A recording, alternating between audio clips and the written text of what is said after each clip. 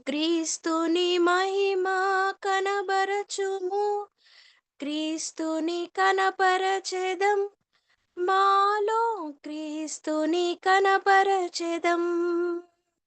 పరిశుద్ధాగ్ని అభిషేకమా, పరమాత్మ శక్తి అభిషేకమా, యెషయా పెదవులు కాల్చితివి, యెహోవా సేవకు పిలచితివి. యెషయా పెదవులు కాల్చితివి, యెహోవా సేవకు పిలచితివి. ఎవరు పోదురని సెలవిచ్చుచుంటివి, ఎవరు పోదురని సెలవిచ్చుచుంటివి. పెదవులు కాల్చి మము పంపుమా, పెదవులు కాల్చి మము పంపుమా. పరిశుద్ధాగ్ని అభిషేకమా, పరమాత్మ శక్తి అభిషేకమా. సౌలా సౌలని పిలచితివి, సౌలుని పౌలుగా మార్చితివి. సౌలా సౌలని పిలచితివి, సౌలుని పౌలుగా మార్చితివి. ఆత్మనేత్రములు తెరచితివి, ఆత్మనేత్రములు తెరచితివి. అపోస్తులునిగా పంపితివి, అపోస్తులునిగా పంపితివి. పరిశుద్ధాగ్ని అభిషేకమా, పరమాత్మ శక్తి అభిషేకమా. ప్రభువు దినమున పరవశమై యేసుని చూచెను యోహాను. ప్రభువు దినమున పరవశమై యేసుని చూచెను యోహాను. పరలోక మహిమను కనబరచినావు, పరలోక మహిమను కనబరచినావు. ప్రభువా మాకు కనబడుమా, ప్రభువా మాకు కనబడుమా. పరిశుద్ధాగ్ని అభిషేకమా, పరమాత్మ శక్తి అభిషేకమా. దివి నుండి దీనులపై దిగి రమ్మయ్యా, దివి నుండి దీనులపై దిగి రమ్మయ్యా. అగ్ని కణముగా చేయ వెలుగించుమా, అగ్ని కణముగా చేయ వెలుగించుమా. Praise the lord.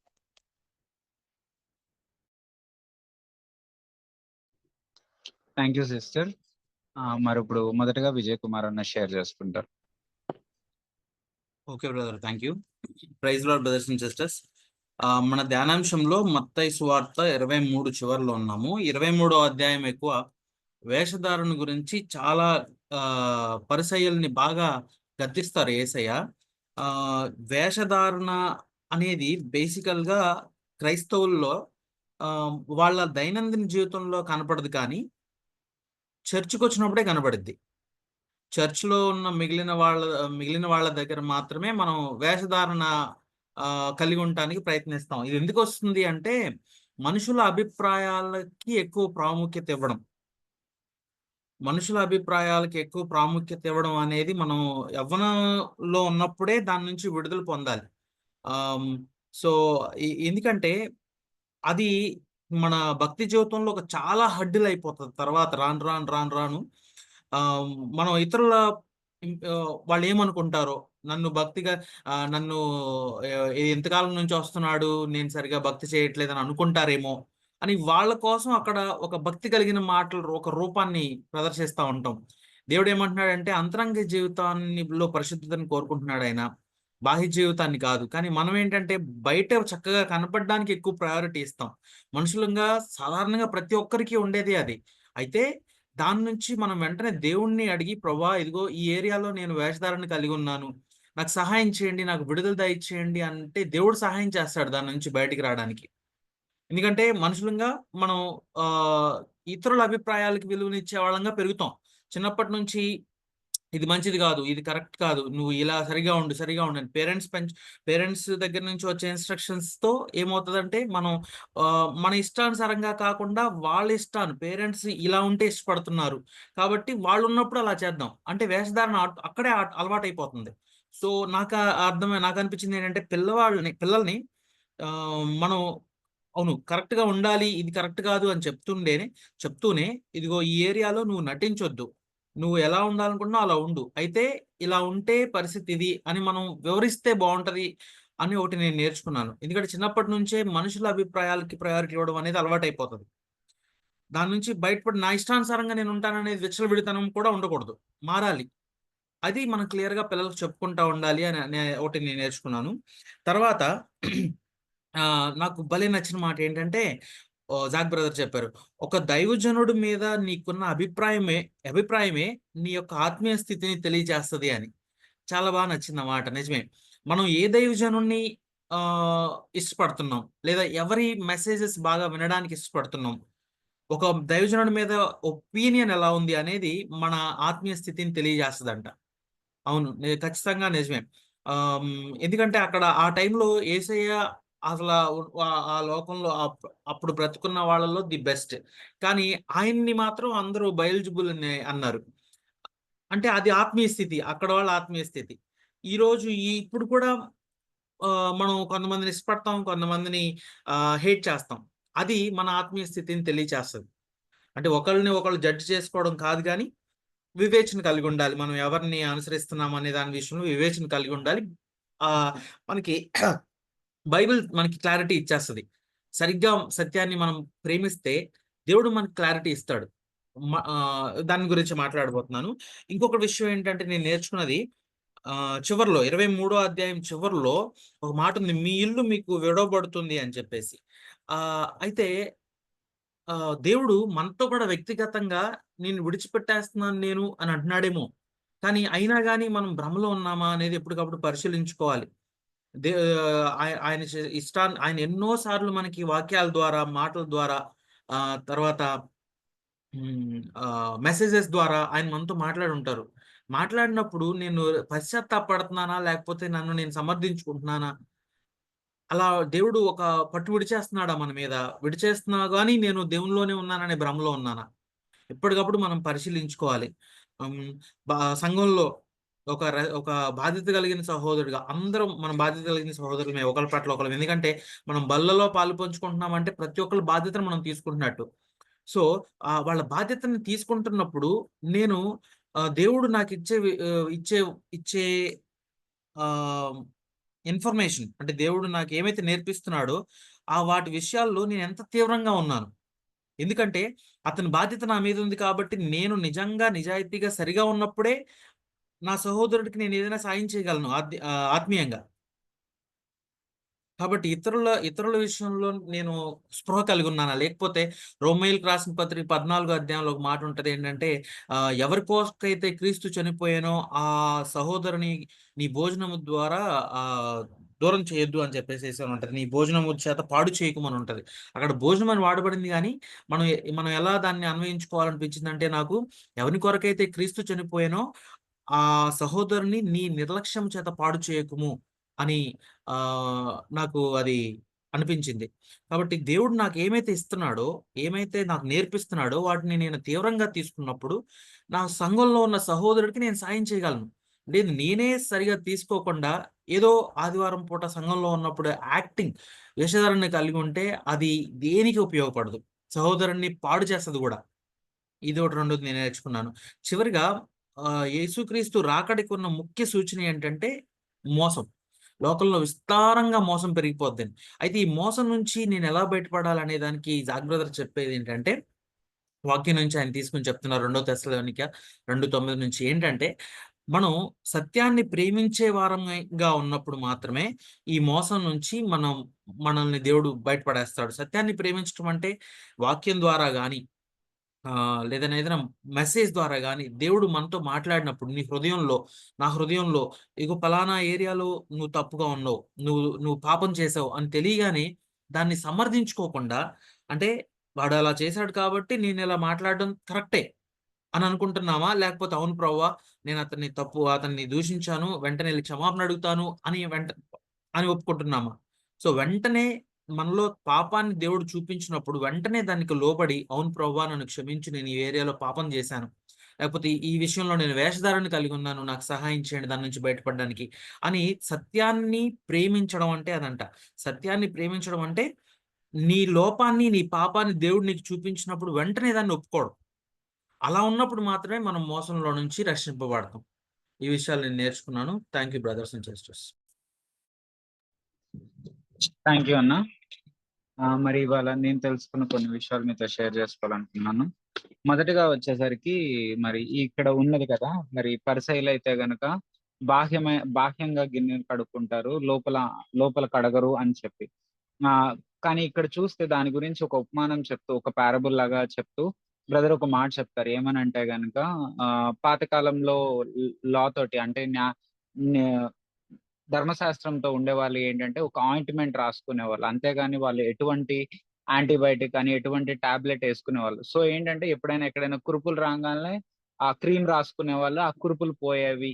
కానీ ఏంటంటే ఇప్పుడు మనం కొత్త నిబంధనకు వచ్చినప్పుడు ఏంటంటే మనం ఏంటంటే ఆ బాహ్యంగా క్రీమ్ రాసుకోవాల్సిన అవసరం లేదు. ఎందుకంటే ఎన్ని సార్లు బాహ్యంగా క్రీమ్ రాసినా సరే అప్పుడు పోతుంది, మళ్ళీ వస్తుంది. కానీ ఏంటంటే ఇప్పుడు యాంటీబయాటిక్ వచ్చేసరికి ఏమవుద్దంటే యాంటీబయాటిక్ తీసుకుంటే ఏంటంటే ఇంకా లోపల నుంచి పనిచేస్తది. లోపల నుంచి పనిచేసినప్పుడు ఇంకా బాహ్యంగా రాసుకోవాల్సిన అవసరం లేదు. ఎందుకంటే నువ్వు లోపలున్న యొక్క దానిని నువ్వు టార్గెట్ చేస్తున్నావు అని చెప్పి ఉంటది. అలా ఉన్నప్పుడు నాకనిపించింది ఏంటంటే నేను దేవుడిని అడిగినప్పుడు, దేవా నిజమే కదా! నేను బాహ్యంగా క్రీమ్ రాసుకోవాల్సిన అవసరం లేదు. కానీ లోపల యాంటీబయాటిక్ యేసుకుంటే ఖచ్చితంగా బయట నాకు ఎటువంటి కురుపులు రాకూడదు కదా! కానీ నేను యాంటీబయాటిక్ వేసుకుంటున్నాను. కానీ ఏంటంటే నేను సత్యమైన బోధన వింటున్నాను. నిజమైన సత్యం అని తెలుసుకున్నాను నేను. ఈ బోధన నేను వింటున్నాను. అయినా స్టిల్ ఎందుకు నేను ఈ పాపంలో పడిపోతున్నాను? పదే పదే పడుతున్నాను.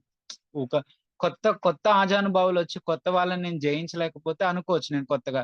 కానీ చేసిన పాపంలోనే నాకు తెలిసినప్పటికీ, నేను పశ్చాత్తాపడినప్పటికీ, నేను మళ్ళీ మళ్ళీ ఎందుకు పడుతున్నాను? అంటే నేను లోపల ఉన్న కప్పును కడుక్కోవట్లేదా? లేదా నేను యాంటీబయాటిక్ తీసుకోవట్లేదా? అని దేవుడు నాకు అప్పుడు చెప్పిందేంటంటే, యెస్ నువ్వు యాంటీబయాటిక్ తీసుకుంటున్నావు. కానీ ఎటువంటిది తీసుకుంటున్నావు అంటే గనక రాంగ్ యాంటీబయాటిక్. అంటే ఏంటంటే ఊపిరితిత్తుల్లో పనిచేయాల్సిన యాంటీబయాటిక్ యేసుకోకుండా నువ్వు కింద గర్భసంచిలో పనిచేస్తదో, లేదా మూత్రపిండాల మీద పనిచేస్తదో యేసుకున్నావు. నీకున్న సమస్య ఊపిరితిత్తుల సమస్య అయినప్పుడు, ఊపిరితిత్తుల మీద పనిచేసే యాంటీబయాటికే నువ్వెయ్యాలి. అంటే నాకది దేవుడు ఎలా మాట్లాడారు నాతో అంటే గనక, నువ్వు సత్యాన్ని వింటున్నావు. సత్యం విని పరిశుద్ధాత్మ శక్తి ద్వారా జయించగలను అని తెలుసుకున్నప్పటికీ ఏంటంటే, ఈ సత్యాన్ని నువ్వు ఎలా వింటున్నావంటే కేవలం జ్ఞాన రూపంగా మాత్రమే వింటున్నావు. అంటే ఏంటంటే సత్యమును తెలుసుకుంటే మనం ఎంత లోపల జీవితాన్ని కడుక్కోలేము. ఎంత సత్యం తెలుసుకున్నప్పటికీ అది మన జీవితంలో గనక ఒక ప్రత్యక్షత అవ్వకపోతే, లేదు అది రివలేషన్ అవ్వకపోతే, అది మన జీవితంలో సత్యం కాకపోతే నేను చెప్తున్నాను, మనం వినే ఈ కొత్త నిబంధన జీవితం అంతా కూడా ఎన్ని సంవత్సరాలైనా మన జీవితంలో నిజమవ్వదంట. ఎన్ని సంవత్సరాలైనా కూడా మీరు తీసుకున్న టాబ్లెట్లు పనిచెయ్యవు అని నాకు క్లియర్‌గా గాడ్ చెప్పారు. అప్పుడు ఎలా గాడ్ నేను ఈ మోసంలోంచి ఎలా బయటికి రావాలి అంటే గనక ఒక్కటే దారి. నువ్వు నీలో ఉన్న ఆ యొక్క యాంటీబయాటిక్ నువ్వు తీసుకుంది కరెక్టా? కాదా? అని ప్రతిరోజు నువ్వు చూడాలంట. తీసుకుంటున్నానని చెప్పి బ్లైండ్‌గా ఉండటం కాదు. ఆ వాక్యం ఏ వాక్యం అయితే మనం వింటున్నామో, ఏ బోధలైతే మనం వింటున్నామో అది నీ జీవితంలో నెరవేరుతుందా? ఒక్క విషయంలోనే నేను చెప్పాలనుకున్నా కోప విషయం. మనం కోప్పడకూడదు. వేరే వాళ్ళని ప్రేమించాలి. ఫస్ట్ ఫ్యామిలీ లైఫ్‌లోనే స్టార్ట్ చేద్దాం. నిజంగా నా భార్య పట్ల నాకు కోపం ఎలా ఉంది? గత సంవత్సరం ఎలా ఉంది? ఈ సంవత్సరం ఎలా ఉంది? అలాగే ఉందా? నాలో సత్యం పనిచేయట్లేదు. ఇంకా నేను మారలేదు. నా పాత స్వభావం కలిగున్నా. లేదా మారానా?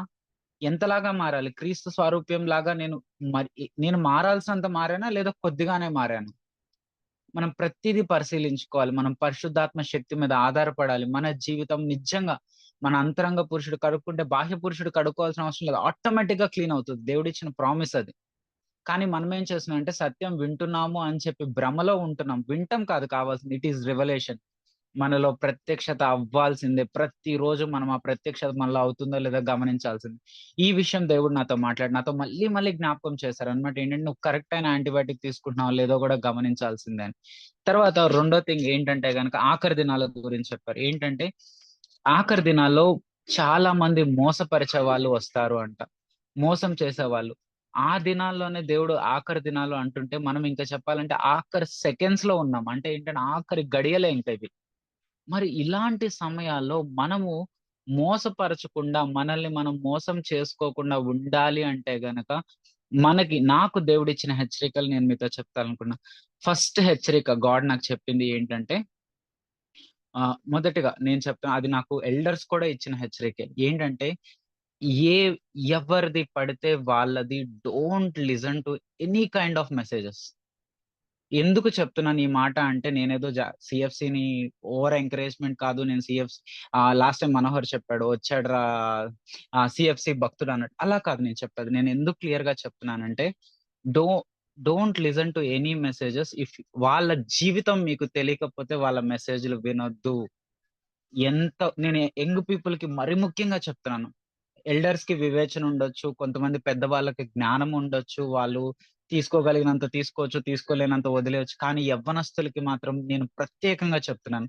మీకు వాళ్ళ జీవితం గురించి అంటే వాళ్ళ పర్సనల్ లైఫ్స్ గనక తెలియకపోతే దయచేసి నేను వాళ్ళ మెసేజ్‌లు ఎవ్వరి గురించి నేను పాయింట్ ఔట్ చేయట్లా. మీరు మాత్రం వినొద్దు. ఎందుకు అంటే గనక వాళ్ళ పర్సనల్ టెస్టిమనీ తెలియకుండా వాళ్ళ లైఫ్‌లో గనక సిన్ ఉండి ఆ మెసేజెస్ మనం వింటే అది మనకి ఎటువంటి బ్లెస్సింగ్ ఉండదు. ఫస్ట్ థింగ్ చెప్తున్నాను. Don't listen. మీకు ప్రత్యేకంగా వాళ్ళ లైఫ్స్ తెలియకపోతే వినొద్దు. వాళ్ళ పర్సనల్ లైఫ్, వాళ్ళ ఇంట్లో ఈ జీవితం ఎలా ఉంది? వాళ్ళ భార్యతో జీవితం ఎలా ఉంది? వాళ్ళ మనీ మ్యాటర్స్‌లో ఎలా ఉంటున్నారు? వాళ్ళు చర్చ్ కట్టే విషయంలో ఎలా ఉంటున్నారు? వాళ్ళ పర్సనల్ లైఫ్స్ మీకు గనక తెలియకపోతే వినొద్దు. ప్లీజ్ అది అది నిజంగా అది నాకిచ్చిన హెచ్చరిక అది. ఇంకో హెచ్చరిక కూడా ఏమిచ్చారంటే సీఎఫ్‌సీలో మనకున్న ట్రూత్స్, ఉన్న బుక్స్ గాని, సీఎఫ్‌సీలో మనకున్న messages those are more than enough. ఎంత ఎనఫ్ అంటే నిజంగా నువ్వు యేసుక్రీస్తు ప్రభువారి వలె మారాలి అనుకుంటే, ఆ మెసేజెస్ ఆర్ చాలా అంటే ఏంటంటే నువ్వు నిజంగా ప్రతి ఒక్క మెసేజ్ తీసుకొని, నువ్వు నిజంగా రివలేషన్‌గా కన్వర్ట్ చేసుకుంటే నిజంగా చెప్తున్నా వేరే మెసేజ్‌కి వెళ్ళాల్సిన అవసరం కూడా లేదు. వేరే బుక్‌కెళ్ళాల్సిన అవసరం కూడా లేదు మన జీవితంలో.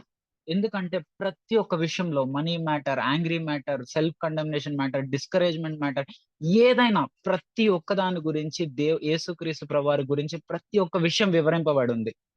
ఇంకా పైపెచ్చు మనకి జాక్ కోనన్ గారి జీవితం మొత్తము మనకి తెలుసు. ప్రతిరోజు వింటాం. ఆయన మనీ మ్యాటర్స్‌లో ఎలా ఉన్నారు? చర్చ్ మ్యాటర్స్‌లో ఎలా ఉన్నారు? ఎల్డర్స్ విషయంలో ఎలా ఉన్నారు? సిన్ విషయంలో ఎంత తీవ్రంగా ఉన్నారు? వాళ్ళ పిల్లల్ని ఎలా పెంచారు? వాళ్ళ పిల్లలు ఇప్పుడు దేవుడిని ఎలా వెంబడిస్తున్నారు? ఇవన్నీ మనకు తెలుసు. ప్లీజ్ యంగ్ పీపుల్‌కి మరీ ముఖ్యంగా చెప్తున్నా. మెసేజ్ చాలా బావుంది. మెసేజ్ సూపర్‌గా ఉంది. అసలు ఎంత థ్రిల్లింగ్‌గా ఉంది. ఎంత ఎంకరేజ్‌గా ఉంది. ప్లీజ్ పర్సనల్ లైఫ్స్ తెలియకపోతే దాని జోలు మాత్రం వెళ్ళొద్దు. ఎంత బ్యూటిఫుల్‌గా ఉన్నా సరే.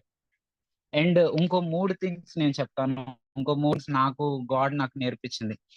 లాస్ట్ డేస్‌లో గనక నేను ఫస్ట్ 2019 ఫిబ్రవరిలో నేను సీఎఫ్‌సీ విజయవాడకొచ్చాను. ఈ విజయవాడకొచ్చినప్పుడు గాడ్ నాకు చెప్పిన హెచ్చరికలు ద మోస్ట్ ఇంపార్టెంట్ ఏంటంటే, ఇంకా చాలా మంది ఎందుకోసం వచ్చారు కానీ గాడ్ నాకు సీఎఫ్‌సీ చర్చ్‌కి వెళ్తున్నానని ప్రేయర్ చేసినప్పుడు గాడ్ నాకిచ్చిన 3 మోస్ట్ ఎలా చెప్పాలంటే హెచ్చరికలనొచ్చు లేదంటే the serious things. First thing ఏంటి అంటే గనక ఇవి ఎందుకు చెప్తున్నానంటే గాడ్ నాకు చెప్పారు. నువ్వు గనక లాస్ట్ డేస్‌లో డిసీవ్ అవ్వకుండా ఉండాలి అంటే గనక ఈ 3 నువ్వు లైఫ్ లాంగ్ ఫాలో అవ్వాలి. Until you want to stay in the family or ఫెలోషిప్‌లో ఉండాలంటే గాడ్ నాకు చెప్పింది అంటే యంగ్ పీపుల్‌కి చెప్తున్నాను. ఎందుకంటే వాళ్ళకి నాకు ఎంకరేజ్‌మెంట్‌గా చెప్పాలనిపించింది ఇవి.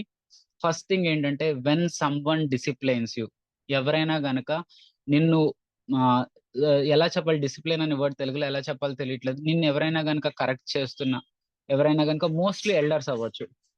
నిన్నెవరైనా డిసిప్లైన్ చేస్తుంటే never open your mouth. Always be subjection to discipline.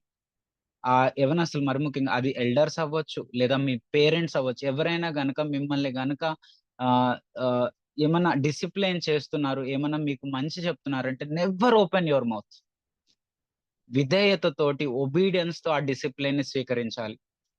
Elders చెప్తున్నప్పుడు. ఇంకోటి ఏంటంటే గాడ్ నాకు ఇంకోటి చెప్పింది ఏంటంటే never open your mouth and never justify. ఎప్పుడు కూడా నేను కరెక్ట్ అని చెప్పి ప్రూవ్ చేసుకోవడానికి కూడా ట్రై చేయొద్దు. బికాజ్ వన్ టైం నేను ట్రై చేశాను. నన్ను ఇలా ఒకళ్ళు హెచ్చరించబోతుంటే ఒకసారి నేను ట్రై చేసినప్పుడు గాడ్ నన్ను సివియర్ గా నన్నే కండెమ్ చేశారు.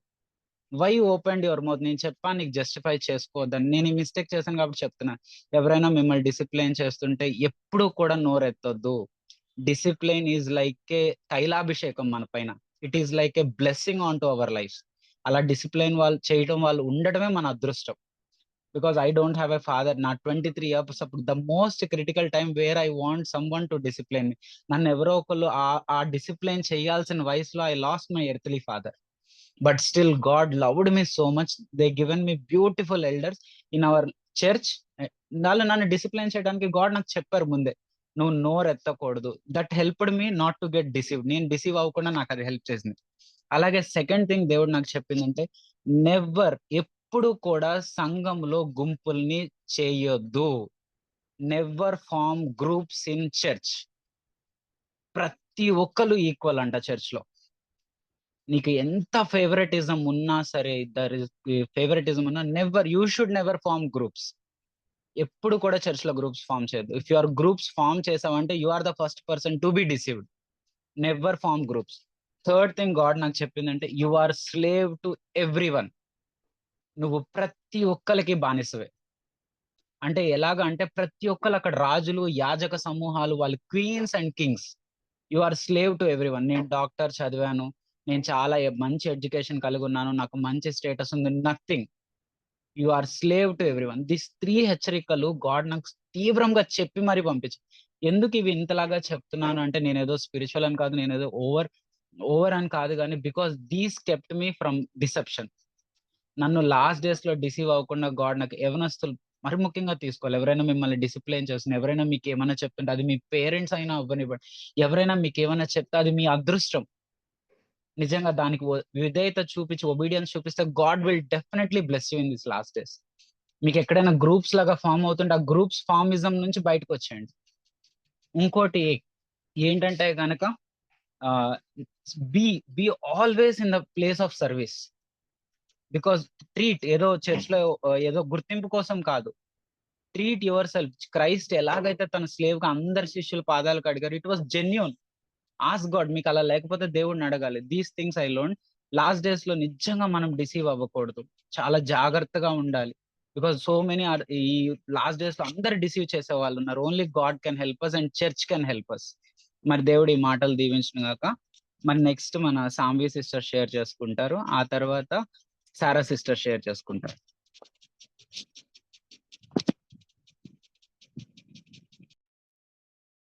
Praise lord brothers and sisters. మత్తయి సువార్త 23వ అధ్యాయము 25వ వచనం. అయ్యో వేషధారులైన శాస్త్రులారా, పరిచయులారా, మీరు గిన్నెయు పల్లెమును వెలుపట శుద్ధి చేయుదురు గాని అవి లోపల దోపుతోనూ అజితేంద్రియత్వంతోనూ నిండి ఉన్నవి. గ్రుడ్డి పరిచయుడా, గిన్నెయు పల్లెమును వెలుపట శుద్ధి అగునట్టుగా ముందు వాటి లోపల శుద్ధి చేయము. అయితే నాలో ఉన్నటువంటి అజితేంద్రియత్వం అంటే ఒక రకమైనటువంటి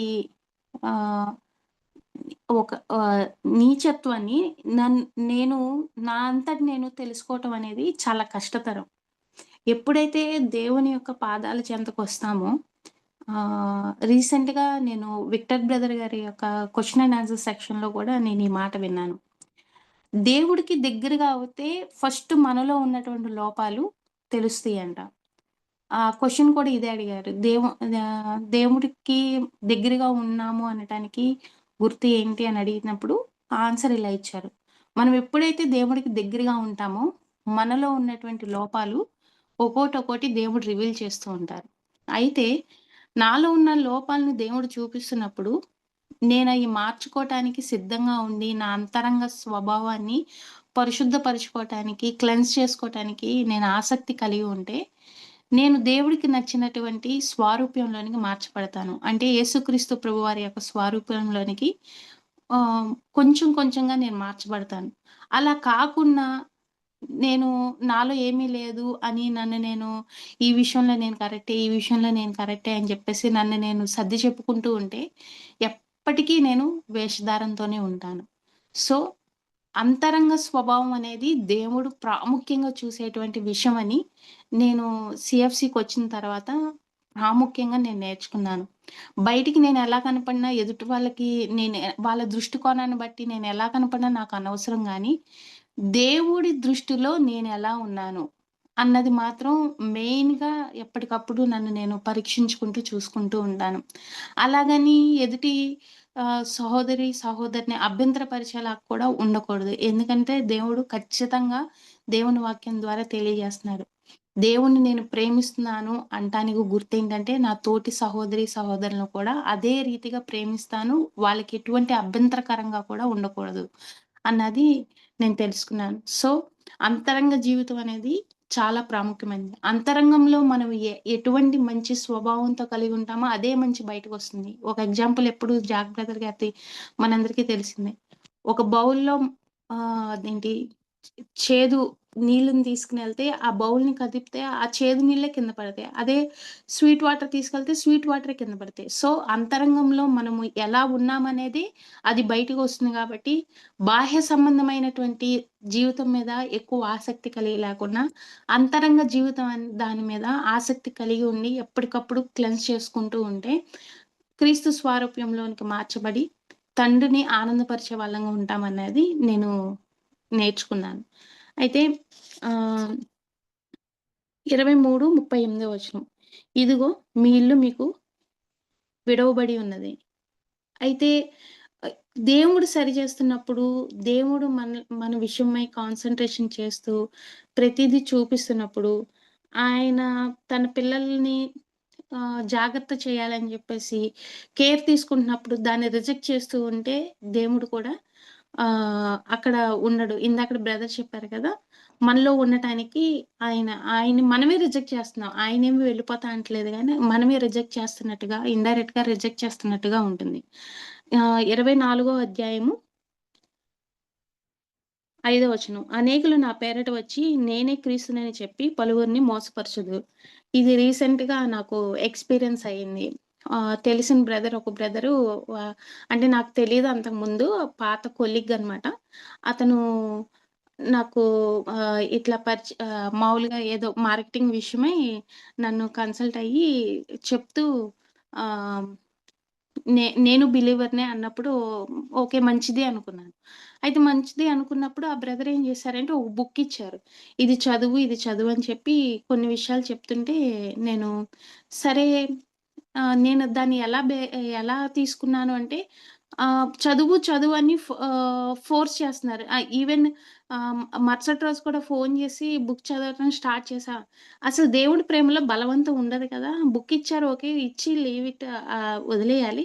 చదవమని ఫోర్స్ చేస్తున్నారేంటి? దేవుడి ప్రేమలో ఆహ్, స్వ స్వతంత్రం ఉంటుంది. బలవంతం ఉండదు అని నాకు డౌటొచ్చి నాకు తెలిసిన గాడ్‌లీ బ్రదర్‌ని ఫోను చేసి, "బ్రదర్ ఈ బుక్ ఇచ్చారు. సారీ మెసేజ్ పెట్టాను. బ్రదర్ ఈ బుక్ ఇచ్చారు. ఇది చదవచ్చా?" అంటే, "వద్దు సిస్టర్ అవాయిడ్ చేయండి" అని చెప్పారు. నిజంగా ఆ యొక్క బోధ నుంచి ఆ బుక్ చదవకుండా దేవుడు నాకు సహాయం చేశారు. ఎప్పుడైతే మనకు వాక్యం మీద ఆసక్తి కలిగి, దేవుడి విషయాల మీద ఆసక్తి కలిగి, దేవుడిస్తున్న గైడెన్సెస్ ఏంటి అనేది మనం తెలుసుకుంటూ ఉంటే, మనం ఈ మోసాల్లో కూడా పడిపోకుండా సహాయం చేస్తది. మనకెప్పుడు మన ప్రాక్టికల్ లైఫ్‌లో దేవుడి యొక్క వాక్యాన్ని బ్యాలెన్స్ చేసుకుంటూ చూడాలి. ప్రాక్టికల్ లైఫ్‌లో మనకు తెలీదు. ఏదో ఫ్లోగా వెళ్ళిపోతూ ఉంటుంది మన డైలీ లైఫు. అటువంటి టైంలోనే ఎక్కువగా మోసపోయే అవకాశాలుంటాయి గాబట్టి, ఎప్పటికప్పుడు ఏ సిట్యుయేషన్ ఒచ్చినా గానీ, దేవుడి వాక్యంతో బ్యాలెన్సింగ్‌గా మనల్ని మనం పరీక్షించుకోవాలి. భౌతిక సంబంధమైన జీవితాలను కూడా అన్న విషయాన్ని నేనక్కడ నేర్చుకున్నాను. అటువంటి తప్పుడు బోధల నుంచి తొలగిపోవాలని చెప్పేసి ఆహ్, నాకర్థమైంది. ఫ ఇంకో విషయం ఏంటంటే జాక్ బ్రదర్ చెప్తారు. రెండో దశలోనికి రాసినటువంటి పత్రిక, రెండో అధ్యాయం 9-12 వచనాలు వివరిస్తూ, మనల్ని మోసం చేసేవి మన యొక్క దురాశలు, మన యొక్క హృదయము, సాతాను. అయితే దురాశలు అన్నది మనకందరికీ తెలిసిద్ది. చూసిన ప్రతీదీ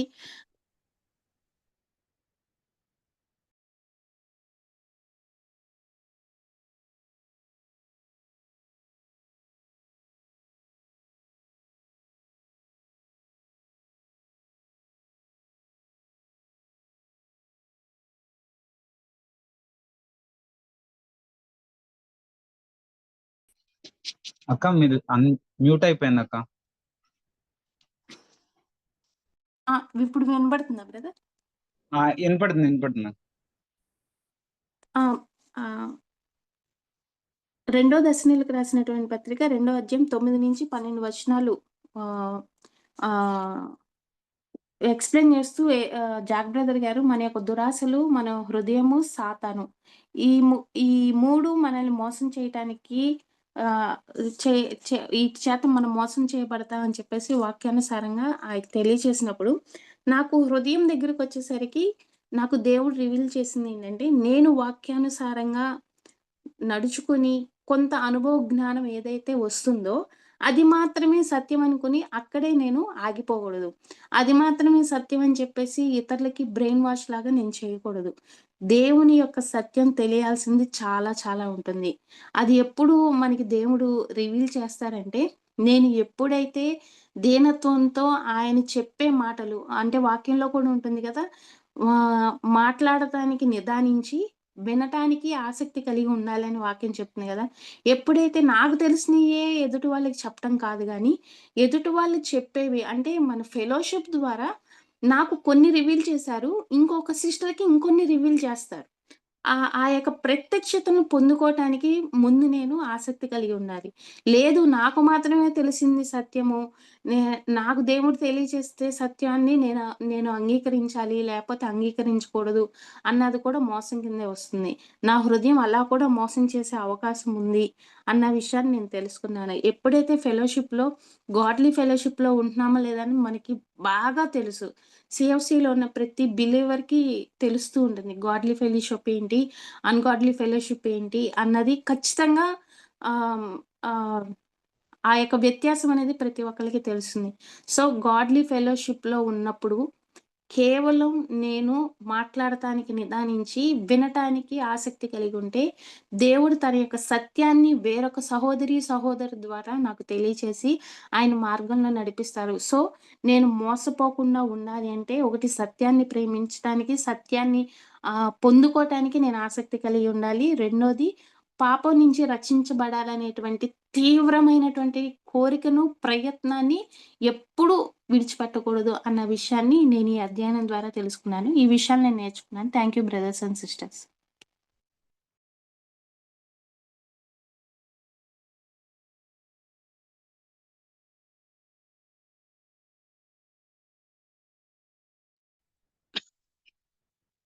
praise lord brothers and sisters. ఈరోజు మన ధ్యానాంశంలో యేసు బోధించినదంతయు 68వ భాగంలోకి వచ్చాము.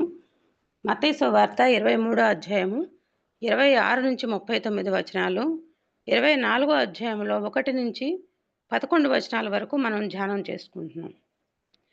26వ వచనంలో గిన్నె పళ్ళెంలో వెలుపల శుద్ధి అగునట్లుగా ముందు వాటి లోపల శుద్ధి చేయమని ప్రభు పరిసయ్యులతో చెప్పారు. ముందు మన అంతరంగంలో ఉన్న చెడును తొలగించుకోవాలి. హృదయంలో చెడు తలంపులు ఉంటే మనం పాపంలో పడే ప్రమాదం ఉంటుంది. హృదయం పరిశుద్ధంగా ఉంటే మన క్రియలు కూడా పరిశుద్ధంగానే ఉంటాయి.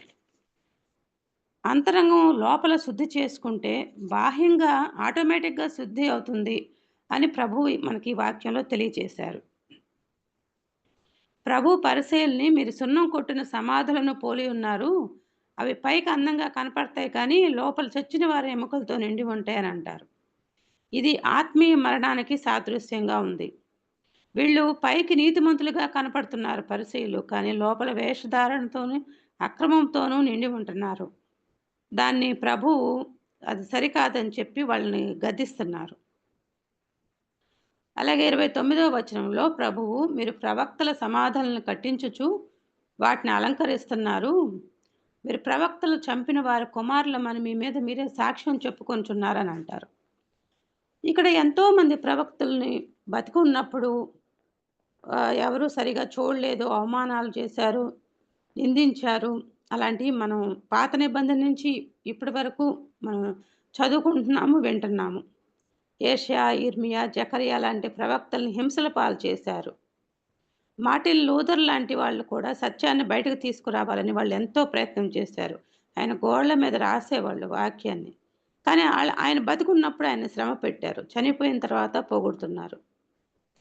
యేసు ప్రభువును కూడా జీవించి ఉన్నప్పుడు శ్రమలకు గురి చేశారు, ఎంతో అవమానించారు, నిందించారు. ఆయన్ని బయల్జెబూలని, దయ్యాలకు అధిపతి అని కూడా అన్నారు. చివరికి కొట్టారు, చంపారు. ఈ రోజుల్లో కూడా నిజమైన ప్రవక్తలను నిందిస్తున్నారు. వాళ్ళు చనిపోయాక మళ్ళీ వాళ్ళని గుర్తిస్తారు. దేవుడు పంపిన ప్రవక్తలందరికీ ఇలాగే జరుగుతుంది. నిజమైన ప్రవక్త పేరు ప్రఖ్యాతులు ఎప్పుడూ పొందుకోలేరు. అయితే నిజమైన దైవజనులను గుర్తించి గౌరవిస్తే మనం ఆత్మీయంగా సరిగా ఉన్నవాళ్ళం అవుతాం. అంటే ఎవరు కరెక్ట్ అయిన దైవజనులు, ఎవరు అబద్ధపు బోధకులుగా ఉన్నారనేది మన ఆత్మీయ స్థితి మీద ఆధారపడి ఉంటది మనం తెలుసుకోవటం గురించి. 37వ వచనంలో ప్రభువు యెరూషలేము గురించి బాధపడతారు. కోడి తన పిల్లలను రెక్కల కింద ఎలాగూ చేర్చుకొనునో, అలాగే నేనును నీ పిల్లలను ఎన్నో మార్లు చేర్చుకొనవలెన ఉంటిని కానీ మీరు వినకపోతిరి అని అంటారు. ఈ వాక్యం నాకు చాలా బాగా నచ్చింది. ప్రభువు మనల్ని ఎంతగా ప్రేమిస్తున్నారో, మనల్ని రక్షించటానికి ఎంతగా తపన పడుతున్నారనేది మాటల ద్వారా అర్థమవుతుంది. అయితే మీ ఇల్లు మీకు విడవబడి ఉన్నది అని చెప్పినప్పుడు దేవుని సహనానికి కూడా ఒక లిమిట్ ఉంటుంది. ఆయన 3.5 సంవత్సరాలు అనేక ప్రయాణాలు చేశారు. వాళ్ళని నిరంతరము దేవుని వైపు తిప్పాలని ఎంతో ప్రయత్నం చేశారు. కానీ వారు వినలేదు. అందుకని విడవబడ్డారు. ఇది వాళ్ళకే కాదు, మనకైనా అంతే. దేవుని మాట వినకపోతే ఆయన సమయం రాగానే వదిలి వెళతారు. ఆ భయంకర స్థితి మనం తెచ్చుకోకూడదు. దేవుని మాట వినేవాళ్ళంగానే మనం ఉండాలని నేను తెలుసుకున్నాను. 24వ అధ్యాయంలో 1 నుంచి చదువుకున్నప్పుడు యేసు ప్రభువుకు శిష్యులు దేవాలయ కట్టడాలని చూపిస్తారు. ప్రభువు ఇవన్నీ పడతాయి అని చెబుతారు. తర్వాత శిష్యులు ప్రభు దగ్గరికి ఏకాంతంగా వచ్చినప్పుడు అడుగుతారు, ఇది ఎప్పుడు జరుగుతుంది? ఇవి నీ రాకడకు, యుగ సమాప్తికి సూచనలు ఏమిటి అని అడుగుతారు. అయితే ప్రభువు దేవాలయం పడగొట్టినప్పుడు రెండో రాకడని వాళ్ళు అనుకున్నారేమో మరి. కానీ యేసు ప్రభువు సిలువ వేయబడ్డ తర్వాత 40 సంవత్సరాలకి రోమా సైనికులు ఆ దేవాలయాన్ని పడగొట్టడం జరిగింది. క్రీస్తు రెండో రాకడ ఇంకా జరగలేదు. ఇప్పుడు 2 సంవత్సరాలు దాటిపోయాయి. 2000 సంవత్సరాలు దాటిపోయింది. రెండో రాకడ అనేది రెండో రాకడ ఎప్పుడో మనకు తెలియదు. రెండో రాకడ తర్వాత 1000 సంవత్సరాలకు యుగ సమాప్తి జరుగుతుంది. ఈ 3 ఒకటి కాదు. అయితే వాళ్ళ ప్రశ్నలకి వాళ్ళు పొరపాటు పడేటప్పటికి ప్రభు వాటికి వివరిస్తా చెప్తారనమాట తర్వాత. ఎవడూ మిమ్మల్ని మోసపరచకుండా చూసుకోండి. అనేకులు నేనే క్రీస్తునని చెప్పి పలువురిని మోసపరుస్తారు అని చెప్పారు. గతంలో ఈ వచనం నాకు సరిగా అర్థం కాలేదు. ఇక్కడ నేనే అంటే ప్రభు తన గురించే అన్నారని ఇప్పుడు తెలుసుకున్నాను. అనేక మంది బోధకులు, అబద్ధ ప్రవక్తలు వచ్చి యేసు ప్రభువే క్రీస్తు అని చెప్తారు. తర్వాత వాళ్ళు ప్రజల్ని తప్పు మార్గంలోకి తీసుకెళ్తారు. వాళ్ళ ద్వారా మోసపోవద్దు అని ప్రభు హెచ్చరించానని నేను ఇప్పుడు నేర్చుకున్నాను. 7వ వచనంలో యుద్ధాలు, కరువులు, భూకంపాలు వస్తాయన్నారు ప్రభు. శ్రమలు, వేదనలు కలుగుతాయన్నారు. అయితే అంతము వెంటనే రాదని కూడా చెప్పారు. ఇక్కడ మనకి దెస్సలోనికులు రాసిన 2వ పత్రిక 2వ అధ్యాయంలో ఒక మాట చెప్పబడింది. ఎవరైతే సత్యాన్ని నమ్మకోకుండా దుర్నీతి యందు ఇష్టం కలిగి ఉంటారో వాళ్ళకి శిక్షావిధి కలుగుతానికి అబద్ధము నమ్మునట్లుగా మోసం చేయు శక్తిని దేవుడే వారికి పంపిస్తాడంట. ఇది ఎంత భయంకరం! దేవుడే మోసం చేయటానికి పంపిస్తాడు. దేవుడే కదా మనల్ని కాపాడాలి. అది ఎందుకు అలా చేస్తున్నారు దేవుడు? ఎవరైతే సత్యాన్ని ప్రేమించే వాళ్ళగా ఉండరో, పాపాన్ని నుంచి రక్షించబడాలని వాళ్ళు కోరుకోవటం లేదో, వాళ్ళ మీదకి ఈ శిక్షావిధి వస్తుంది. మనం సత్యాన్ని ప్రేమించాలి. మన అంతరంగ పాపాలను దేవుని ఎదుట యథార్థంగా ఒప్పుకోవాలి. వాటి నుంచి విడుదల ఇమ్మనమని మనం తీవ్రంగా ప్రార్థించాలి. అందుకోసం మనం కూడా ప్రయత్నం చేయాలనేది కూడా నేను నేర్చుకున్నాను. గతంలో ప్రార్థన చేసుకునేదాన్ని ఫస్ట్‌లో. కానీ ఇప్పుడు నేను అలా అవ్వటం లేదు. ప్రార్థన చేసుకొని నేను ప్రయత్నం చేస్తేనే కొంతవరకైనా నేను ముందుకెళ్ళగలుగుతున్నాననేది కూడా నేను తెలుసుకున్నాను. భౌతిక సంబంధమైన ఇబ్బందుల కంటే మనలో ఉన్న పాపం నుంచి రక్షించబడటానికి ఎక్కువగా మనం ప్రయత్నించాలి, ఆరాటపడాలి, కోరిక కలిగి ఉండాలనేది కూడా మనం నేర్చుకున్నాము. అదే మన ప్రార్థన అయ్యుండాలి. అప్పుడే మనం సాతాను బారి నుంచి కాపాడబడతాం. ఈ విషయాలు నేను నేర్చుకున్నాను. Thanks brothers and sisters.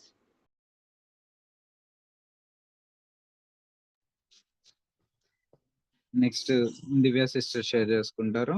ఆ తర్వాత భాగ్యశ్రీ, ఆ తర్వాత మనోహర్ షేర్ చేసుకుంటారు. జాన్ 8:31-32, యోహాను సువార్త 8:31-32. కాబట్టి యేసు తనను నమ్మిన యూదులతో, మీరు నా వాక్యమందు నిలిచిన వారైతే నిజముగా నాకు శిష్యులయ్యుండి సత్యమును గ్రహించెదరు.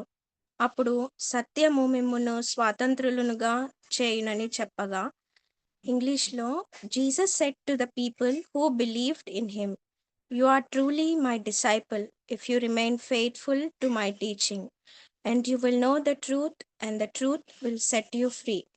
నేను ఈ మెడిటేషన్ నుంచి నేర్చుకున్నవి నా లైఫ్లో గాడ్ నాకు టీచ్ చేస్తా వచ్చినవి అండ్ షేర్ చేసుకుంటా. ఎప్పుడు కూడా నేను ట్రూత్ని, మన ఫ్లెష్ ఆ ట్రూత్కి పూర్తిగా ఎగెనెస్ట్గా ఉంటుంది. ఎప్పుడు కూడా సెల్ఫ్ని జడ్జ్ చేసుకుంటా కరెక్ట్ చేసేటప్పుడు నేను కాదు, నా తప్పేం లేదు అని చెప్పి, కానీ గాడ్స్ ట్రూత్ నన్ను జడ్జ్ చేసుకోమని చెప్తా ఉంటా. గాడ్ మాట్లాడుతూ వచ్చారు చాలా కరెక్షన్స్లో. ఎప్పుడైతే నేను నాకు నేను జడ్జ్ చేసుకోవడము నా స్ట్రెంగ్త్తో అయితే అవ్వదు, కానీ గాడ్ని ఎప్పుడైతే హెల్ప్ అడుగుతానో ఆ గ్రేస్ ఆ టైంకి నీడీ టైంకి గాడ్ని వెళ్ళి అడిగినప్పుడు నిజంగానే గాడ్ ఇస్తా, స్ట్రెంగ్త్ ఇస్తా, మనకు మనం సెల్ఫ్ని జడ్జ్ చేసుకునేటట్టు గాడ్ హెల్ప్ చేస్తారు. ఆ ప్రాసెస్లో చాలా సిట్యుయేషన్స్ మన లైఫ్లో ఎందుకు వస్తాయి అని అంటే, ఆ సిట్యుయేషన్స్ అన్నిటిని బట్టి ప్రతి ఒక్కొక్క సిట్యుయేషన్లో ప్రతిరోజు గాడ్ ఇమేజ్లోకి రావాలని గాడ్ మనకి పర్ఫెక్ట్గా ఎలా చేస్తారు. అది మన ఫీలింగ్స్కి హ్యాపీగా ఉన్నా, సాడ్గా ఉన్నా, ఎలా ఉన్నా కూడా. సో ఎప్పుడైతే ఆయన మన మంచికే అని మనం బిలీవ్ చేసి మనకు మనం జడ్జ్ చేసుకుంటా ముందుకెళ్తా ఉన్నామో, మన ఫ్లెష్ అంటే నా సెల్ఫ్ని జస్టిఫై చేసుకోకుండా కరెక్ట్ చేసుకుంటా ఉన్నప్పుడు గాడ్ నిజంగానే ఆయన ఆత్మతో నింపుతా వస్తారు. ఆ ట్రూత్ నిజంగానే మనల్ని స్వాతంత్రులుగా చేస్తుంది. ఆయన సత్యము ఎప్పుడు కూడా ఇది నమ్మి ఒకరోజు మొత్తం అంతా ఒక్కసారి కాదు, ప్రతిరోజు మన కరెక్షన్లో నమ్ముతా ప్రతి స్టెప్ వేస్తూ ఉన్నప్పుడు నిజంగానే ఆయన ఇమేజ్లోకి మనం వస్తాం. అప్పుడు 2 Thessaloniansలో డివోషన్లో మన షేరింగ్లో ఉన్నట్టు 2 Thessaloniansలో ఎవరైతే డిసీవ్ అవ్వబడరో వాళ్ళు ట్రూత్ని నమ్ముతారు, ట్రూత్ని లవ్ చేస్తారు. చాలా ట్రూత్స్ మనం తెలుసుకుంటాం కానీ అవి మనకు కాదులే అని చెప్పి మెసేజెస్లో కానీ ఎలా అయినా మనకు కాదు అని చెప్పి స్కిప్ చేసేస్తూ ఉంటాం. కానీ ఆ మెసేజ్ వినేటప్పుడు కానీ, లేకపోతే ప్రతిరోజు గాడ్ నాతో మాట్లాడండి, నాలో మీకు ఇష్టం లేని థింగ్స్ ఏమున్నాయో చూపించండి అని మనం అడిగినప్పుడు సిట్యుయేషన్స్ త్రూ గాడ్ చాలా థింగ్స్ చూపిస్తారు. బయటకి మనం అంతా కరెక్ట్గానే ఉన్నాము అని అనుకుంటాం, కానీ ఫారసీ క్యారెక్టర్ కానీ, సెల్ఫ్ జస్టిఫై క్యారెక్టర్ కానీ ప్రతి ఒక్కటి చూపిస్తూ ఉంటారు.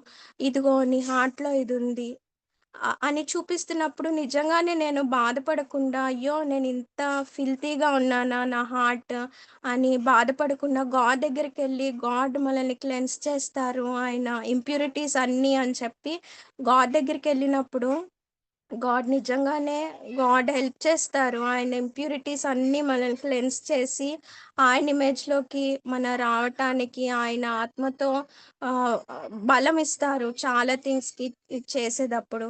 సో, మనం ఎప్పుడు కూడా ట్రూత్‌ని లవ్ చేయాలి. అది చాలా హార్డ్‌గా ఉంటది. ఒక విప్ లాగా, ఒక బెల్ట్ లాగా ఉంటది. కానీ లేదు నేను హ్యాపీగా యాక్సెప్ట్ చేశాననుకోండి, గాడ్ నిజంగానే ఆయన ఆయన హస్తం బలంగా ఆయన గ్రేస్ మనపై మెండుగా ఉంటది.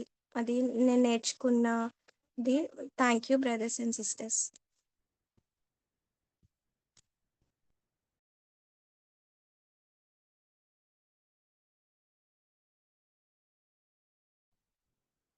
Praise lord brothers and sisters. ఈ అధ్యాయం నుంచి నేను నేర్చుకున్న విషయం, గత కొన్ని రోజులుగా నాకు దేవుడు పదే పదే హెచ్చరిస్తున్న విషయం కూడా ఏంటి అంటే, మత్తయి సువార్త 23వ అధ్యాయం 26వ వచనము, గ్రుడ్డి పరిసయ్యులారా, గిన్నెయు పళ్ళెమును వెలుపల శుద్ధి అగునట్టుగా ముందు వాటి లోపల శుద్ధి చేయము. ఎక్స్టర్నల్ లైఫ్, ఇంటర్నల్ లైఫ్ గురించి దేవుడు పదే పదే నన్ను వార్న్ చేస్తూ వస్తున్నారనమాట. ఈ అధ్యయనంలో కూడా ఎంతో హెచ్చరికగాను, అలాగే నాకు ఒక ఎంకరేజ్మెంట్‌గా అనిపించింది. ఏంటి అంటే నా హార్ట్‌లో, నా ఇంటర్నల్ లైఫ్ విషయంలో కూడా అండ్ అలాగే మెయిన్‌గా చెప్పాలంటే బయటికి బానే ఉంటున్నాను. సాంగ్స్ పాడే విషయంలో గానీ, చెప్పడం కానీ, అలా బయటికి మనుషులకు బానే కనిపిస్తున్నాను కానీ, నా ఇంటర్నల్ లైఫ్‌లో నేనెలా ఉన్నానా అని టెస్ట్ చేసుకున్నప్పుడు చాలా జెలస్ అనేది, ఈగో అనేది ఉంది. థాట్స్ అనేవి బ్యాడ్ ఉన్నాయి అని చెప్పి నాకు తెలిసింది. అయితే ఈ విషయంలో అంకుల్ ఒక ఎగ్జాంపుల్ చెప్పారు. ఏంటి అంటే, మనం ఆయింట్‌మెంట్ ఏదైనా వౌండ్ వచ్చినప్పుడు ఆయింట్‌మెంట్ అనేది పైన రాస్తా ఉంటాము. డాక్టర్ యాంటీబయాటిక్ ఇచ్చినప్పుడు అది లోపల నుంచి క్యూర్ అవుతుంది అనని చెప్పేసి. ఆ ఎగ్జాంపుల్ విన్నప్పుడు నాకేమనిపించిందంటే, అంటే బయట నుంచి అప్లై చేయడం అంటే నాకు నేనుగా ట్రైల్ చేస్తూ ఉన్నాను గానీ, నేను హోలీ స్పిరిట్ ఫిల్లింగ్ అనేది ఎక్కువగా అడగట్లేదు. హోలీ స్పిరిట్ ఎప్పుడైతే నింపబడిద్దో అది లోపల నుంచి ఇంటర్నల్‌గా నేను క్లియర్ అవుతాను. ఎప్పుడైతే నా నుంచి నేను ట్రై చేస్తానో, కొన్ని రోజులు చేస్తాను. అంటే ఆయింట్‌మెంట్ రాసినప్పుడు కొన్ని రోజులు తగ్గిద్ది. ఇంక తర్వాత అది మళ్ళీ మామూలే అన్నట్టు. అలాగా హోలీ స్పిరిట్ ఫిల్లింగ్ విషయంలోను అండ్ అలాగే ఆహ్, ఇంటర్నల్ లైఫ్ క్లియర్ చేసుకునే విషయంలోను అండ్ అలాగే వేషధారణ విషయంలో నాకు ఇంకా ముఖ్యంగా తీవ్రంగా ఏమనిపించిందంటే, నేను దేవుని దృష్టిలో ఎలా ఉన్నాననేది నేను పరీక్షించుకోవాలి. మనుషులు దృష్టిలో ఎలా ఉన్నాననేది కాదు. దేవుని దృష్టిలో నేను క్లియర్‌గా ఉండాలి. ఈ టైంలో దేవుడుంటే నేనెలా ఉంటాను అనేది క్లియర్‌గా నేను పరీక్షించుకోవాలి అనేది తెలుసుకున్నాను. ఈ విషయాలు నేను నేర్చుకున్నాను. Thank you brothers and sisters.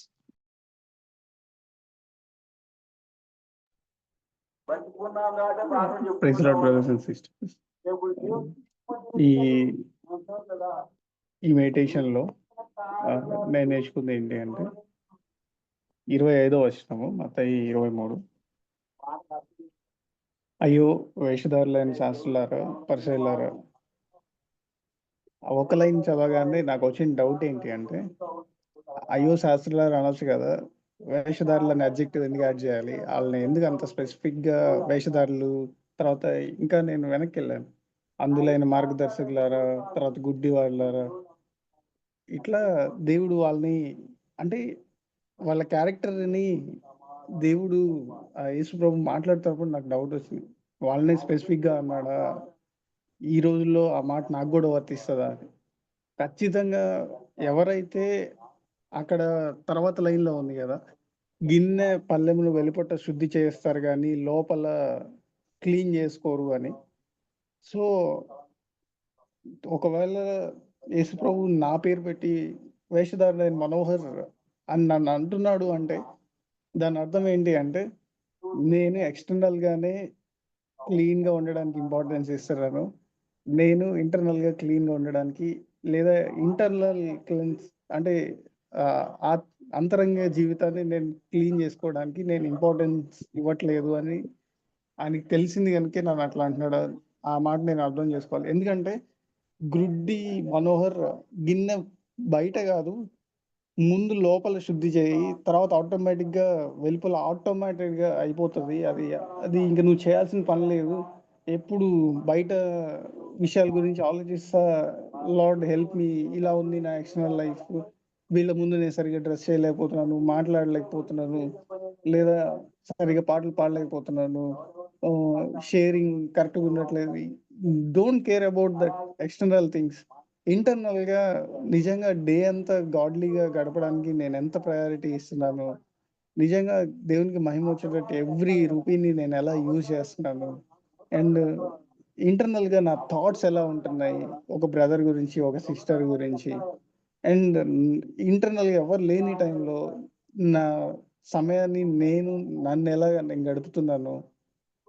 So, ఇవన్నీ ఇంటర్నల్ థింగ్స్‌ని నేను గనక పట్టించుకోవడం ప్రారంభిస్తే, ఆటోమేటిక్‌గా దేవుడు బయట కార్యాన్ని చేస్తాడు. మోషేకి మాట్లాడడమే రాదు. కానీ ఇంటర్నల్‌గా ఆయన నమ్మినప్పుడు తన నోరు తెరవగలిగాడు.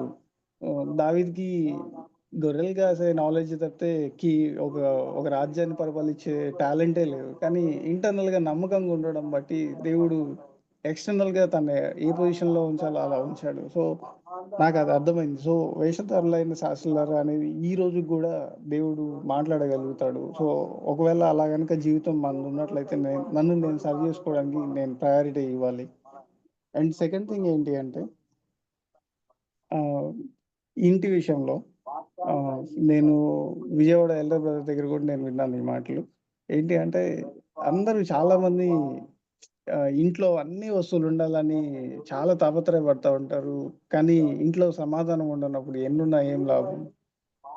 ఇంట్లో లగ్జరీగా ఉండాల్సిన అవసరం లేదు. ఆ ఇల్లు నీట్‌గా ఉండడానికి ఫస్ట్ ప్రయారిటీ ఇవ్వడం కంటే, ఆ ఇంట్లో సమాధానంగా ఉండడానికి ఫస్ట్ ప్రయారిటీ ఇవ్వాలి యాస్ ఎ క్రిస్టియన్‌గా. సో, నిజమైన క్రైస్తవత్వం దాన్నే కోరుకుంటది. ఏంటంటే ఆహ్, ఎక్స్‌టర్నల్ అబ్జర్వెన్స్ అంటే బాహ్యమైన చూసేది కాదు. నిజమైన క్రైస్తవ్యం ఎప్పుడేం కోరుకుంటదంటే inner purity.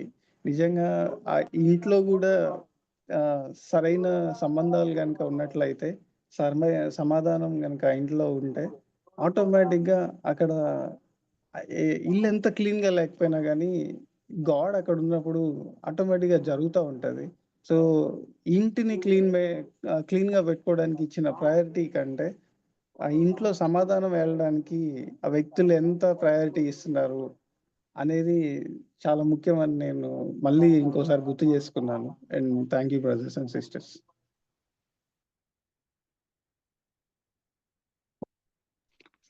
Thank you brothers and sisters. మరి మనకి ఇంకా టైం ఉంది కాబట్టి కొంచెం మనం ప్రేయర్‌లో గడుపుదాము. మరి మొదటగా వచ్చేసరికి మన యవనస్తుల గురించి, యవనస్తుల రక్షణ గురించి, అలాగే మన చిన్న బిడ్డల గురించి మరి శివశ్రీ సిస్టర్ ప్రేయర్ చేస్తారు. యవనస్తుల రక్షణ గురించి, అలాగే సండే స్కూల్ చిల్డ్రన్ గురించి.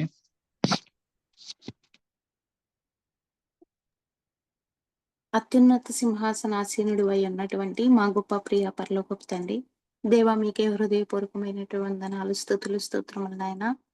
అయ్యా సర్వశక్తివంతుడా, సర్వ సృష్టికి కారణభూతుడు అయి ఉన్నటువంటి మా తండ్రి, మీకే వందనాలు, స్తుతులు, స్తోత్రములు నా తండ్రి. అయ్యా దేవా నా తండ్రి, అయ్యా మమ్మల్ని నాయన మీ యొక్క అద్భుతమైన కృపతో ఏర్పరచుకుని కుటుంబాలుగా నా ప్రభా, అయ్యా మా యొక్క అయ్యా సంఘాన్ని కడుతూ వస్తున్న మీ ప్రేమకై వందనాలు తండ్రి.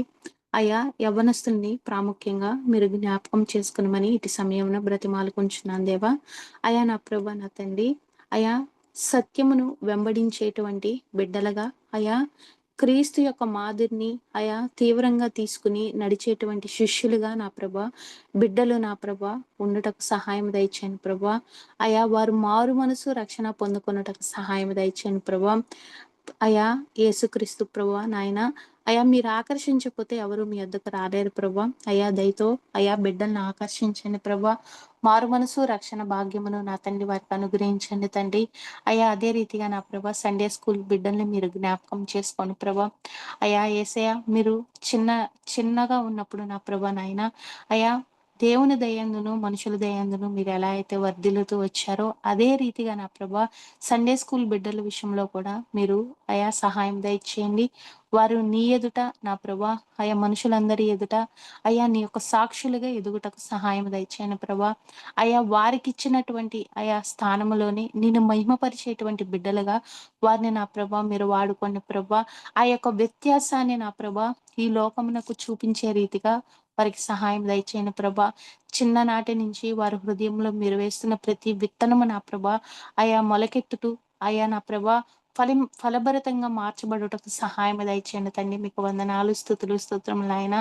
అదే రీతిగా నాయన వారు నా ప్రభ యుక్త కాలమున మారు మనసు రక్షణ పొందుకునే రీతిగా నా ప్రభ మీరు సహాయం దయచేయమని, ఆయా తల్లిదండ్రులకు జ్ఞానాన్ని, ఆయా బిడ్డను పెంచుటకు నా ప్రభ కావాల్సినటువంటి ప్రతి అవసరతను అయా మీరు దయచేయండి ప్రభా. ముఖ్యంగా నాయన దైవిక మార్గంలో పెంచాలనేటువంటి ఆసక్తి కలిగిన తల్లిదండ్రులను బట్టి మీకు కృతజ్ఞతాస్తులు, స్తోత్రములు నా తండ్రి. అయా వారికి నాయన మీరు సహాయం దయచేయండి ప్రభా. బిడ్డల్ని నీకు అయా నీ యొక్క బహుమానముగా వారు నా తండ్రి వారు భావిస్తూ నీ కొరకు పెంచాలని ఆసక్తి కలిగి ఉన్నారు ప్రభా. అయా సహాయం దయచేయండి. ఏ రీతిగా బిడ్డలకి నా ప్రభా ఆయా ఏ డైరెక్షన్ లో చెప్తే వారికి అర్థమవుతుందో జ్ఞానాన్ని, ఆయా పరిశుద్ధాత్మ దేవుని యొక్క ఆత్మ అభిషేకమును నా ప్రభ తల్లిదండ్రులకి అనుగ్రహించను ప్రభా. అదే రీతిగా సండే స్కూల్ టీచర్స్ ని మీరు ఆయా ప్రాముఖ్యంగా జ్ఞాపకం చేసుకోండి ప్రభా. ఆయా నా ప్రభా ఆయా వారికి ఉన్నటువంటి సమయము ఆయా కొద్దిపాటిదైనప్పటికీ నా ప్రభ ఆ సమయంలో నా ప్రభ ఆయా నా ప్రభ అది నా తండ్రి ప్రయోజనకరంగా మార్చబడే రీతిగా సహాయం దయచేయండి. వారు స్టోరీస్ చెప్పిన నా ప్రభ ఆయా నా తండ్రి ఆయా సాంగ్స్ నేర్పించిన నా ప్రభ అవి అర్థవంతంగా బిడ్డల యొక్క హృదయాల్లో ముద్రించుకుపోయే రీతిగా ఎలాగా ఆయా వారు టీచ్ చేయాలో నా తండ్రి ఆయా సండే స్కూల్ టీచర్స్ ఇద్దరికి నా ప్రభ సిస్టర్స్ ఇద్దరికి నా ప్రభ మీ ఆత్మాభిషేకమును దయచేయండి, నడిపింపును దయచేయమని వేడుకొంచు దేవ. వీరి విషయంలో మీరే సర్వ మహిమ ఘనత ప్రభావాలు పొందుకునమని యేసయ్య పరిశుద్ధ నామంలో బ్రతిమాలి వేడుకుంటున్నాను పరమ తండ్రి. ఆమేన్. Thank you sister. అలాగే మరి మ్యారేజ్ అవ్వాల్సిన బిడ్డల గురించి, అలాగే జాబ్స్ రావాల్సిన యవనస్తుల గురించి మరి దివ్య సిస్టర్ గారి ప్రేయర్ చేస్తారు. మ్యారేజెస్ గురించి అలాగే జాబ్స్, యవనస్తుల యొక్క జాబ్స్ గురించి మరి Divya sister prayer. Gracious Heavenly Father, thank you, Lord, ఈ టైంని మాకు ఇచ్చినందుకు. లార్డ్, మాకు ఇచ్చిన ఫెలోషిప్ని బట్టి నీకు వేలాది స్తోత్రం చెల్లించుకుంటున్నాం తండ్రి. లార్డ్ వన్నెస్, లార్డ్ చర్చ్ మీకు లార్డ్ ప్రేయర్ చేర్చుండగా లార్డ్ మీరు మా మనవులన్నీ ఆలకిస్తారని మేము నమ్ముచున్నాం తండ్రి. లార్డ్ మాకు హెల్ప్ చేసి గైడ్ చేయండి తండ్రి. మ్యారేజ్ విషయంలో లార్డ్ మేము ప్రార్థన చేర్చున్నాం తండ్రి. ఎవరికైతే మ్యారేజ్ గురించి వెయిట్ చేస్తున్నారో వాళ్ళ హార్ట్స్ని వాళ్ళ మైండ్స్ని సిద్ధపరచమని అడుగుచున్నాం తండ్రి. రైట్ వేలో వాళ్ళ ఫ్యామిలీస్ని ఎలా కట్టుకోవాలో లార్డ్ వాళ్ళకి అన్ని థింగ్స్ మీరు నేర్పించండి, విజ్డమ్ని అనుగ్రహించమని అడుగుచున్నాం తండ్రి. రైట్ పార్ట్నర్ని సీక్ చేయటకు కృపను ఇచ్చేయమని కోరుచున్నాం తండ్రి. లార్డ్ వాళ్ళకి జ్ఞానం అనుగ్రహించండి, గైడెన్స్ అనుగ్రహించండి. లార్డ్ మీ చిత్తాన్ని ఎరుగుటకు లార్డ్ సహాయం దయచేయండి, మీ అష్యూరెన్స్ని అనుగ్రహించండి తండ్రి. లార్డ్ మ్యారేజ్ గురించి వెయిట్ చేస్తున్న Lord Navya sister, Krupavaram sister, Lakshmi sister, Soni sister, Elizabeth sister, Esther sister, Priyanka sister, శుత్రుత సిస్టర్ని బట్టి మీకు స్తోత్రం తండ్రి. లార్డ్ వాళ్ళని ఇప్పటిదాకా మీరు లార్డ్ ఫౌండేషన్స్ వేయక మునిపే మీరు సెలెక్ట్ చేసుకొని లార్డ్ ఇప్పటిదాకా మీరు ఏర్పరిచి ఈ టైంలో మీరు మా ఫెలోషిప్లో లార్డ్ ఇంక్లూడ్ చేసిన రీతిని బట్టి మీకు స్తోత్రం తండ్రి. లార్డ్ వాళ్ళని గైడ్ చేయండి. మ్యారేజ్ విషయంలో వాళ్ళు గాడ్లీ ఫ్యామిలీని కట్టుకుంటకు కృపను దయచేయండి. లార్డ్ లైట్ వలె వాళ్ళు ఉండుటకు సహాయం దయచేయమని కోరుచున్నాం తండ్రి. రవితేజ బ్రదర్ కానీ కీర్తి సిస్టర్, దివ్య సిస్టర్, శృతి సిస్టర్ని కూడా ఒకసారి జ్ఞాపకం చేసుకోండి తండ్రి. వీళ్ళందరూ మ్యారేజ్ విషయంలో మీరు తోడుగా ఉండండి తండ్రి. లార్డ్ మాకైతే స్ట్రెంగ్త్ లేదు తండ్రి. లార్డ్ మాకు విజ్డమ్ లేదు. మిమ్మల్ని పరిపూర్ణంగా మేము ట్రస్ట్ చేస్తున్నాం తండ్రి. లార్డ్ మీ దగ్గర నుంచి సరైన పార్ట్నర్ని ప్రతి ఒక్కరికి పేరున లార్డ్ దయచేయమని కోరుచున్నాం తండ్రి. లార్డ్ వాళ్ళ లైఫ్లో ప్రతి ఒక్క ఒక్క డీటెయిల్ కూడా లార్డ్ మీరు ఏర్పరిచి ఉంచారు కదా తండ్రి. దాన్ని ట్రస్ట్ చేయుటకు కృప దయచేయండి తండ్రి. మీరే గైడ్ చేయండి. ఆ పర్ఫెక్ట్ ప్లాన్‌లోకి మీరు గైడ్ చేయమని కోరుచున్నాం తండ్రి. మీ పీస్‌తో వాళ్ళని నిలబెట్టమని అడుగుచున్నాం తండ్రి. లార్డ్ గాడ్లీ ఫ్యామిలీస్‌ని కట్టుకునే కృపను వాళ్ళకి దయచేయండి. లార్డ్ హెల్ప్ చేసి గైడ్ చేయమని అడుగుచున్నాం తండ్రి. జాబ్స్ విషయంలో వెయిట్ చేస్తున్న Himalayan brother, Manohar brother, Uday Babu brother, Keerthi, Divya, Shruti సిస్టర్‌ని, లార్డ్ లక్ష్మి సిస్టర్‌ని బట్టి మీకు స్తోత్రం తండ్రి. లార్డ్ వాళ్ళకు కూడా మీరు ఏర్పరిచిన జాబ్‌ని వాళ్ళకి లార్డ్ అనుగ్రహిస్తున్న రీతిని బట్టి మీకు స్తోత్రం తండ్రి. లార్డ్ మీరు అన్నీ కూడా మంచే చేస్తారు అని వాళ్ళు బిలీవ్ చేసే కృపను దయచేయండి తండ్రి. లార్డ్ రోమన్స్ 8లో Lord everything works for good అని చెప్పారు కదా తండ్రి. For those who believe God అని. లార్డ్ మిమ్మల్ని ట్రస్ట్ చేసి మిమ్మల్ని బిలీవ్ చేసిన వాళ్ళని ఎప్పుడు కూడా మీరు నిజంగానే వాళ్ళ సెల్ఫ్ సఫిషియెంట్‌గా లార్డ్ వాళ్ళు నిజంగానే ఉండుటకు సహాయం దయచేయండి తండ్రి. వేరే వాళ్ళ మీద డిపెండ్ అవ్వకుండా లార్డ్ మీరు ఏర్పరిచి లార్డ్ జాబ్‌ని అనుగ్రహిస్తున్న రీతిని బట్టి మీకు స్తోత్రం చెల్లించుకొంచున్నాం తండ్రి. టైం మొత్తం కూడా మీకు థాంక్స్ గివింగ్ హార్ట్‌తో ఉండే కృపను దయచేయండి తండ్రి. లార్డ్ ఈ బ్రదర్స్ అండ్ సిస్టర్స్‌ని అందరినీ లార్డ్ మీ బలమైన హస్తము మెండుగా దయచేయమని కోరుచున్నాం తండ్రి.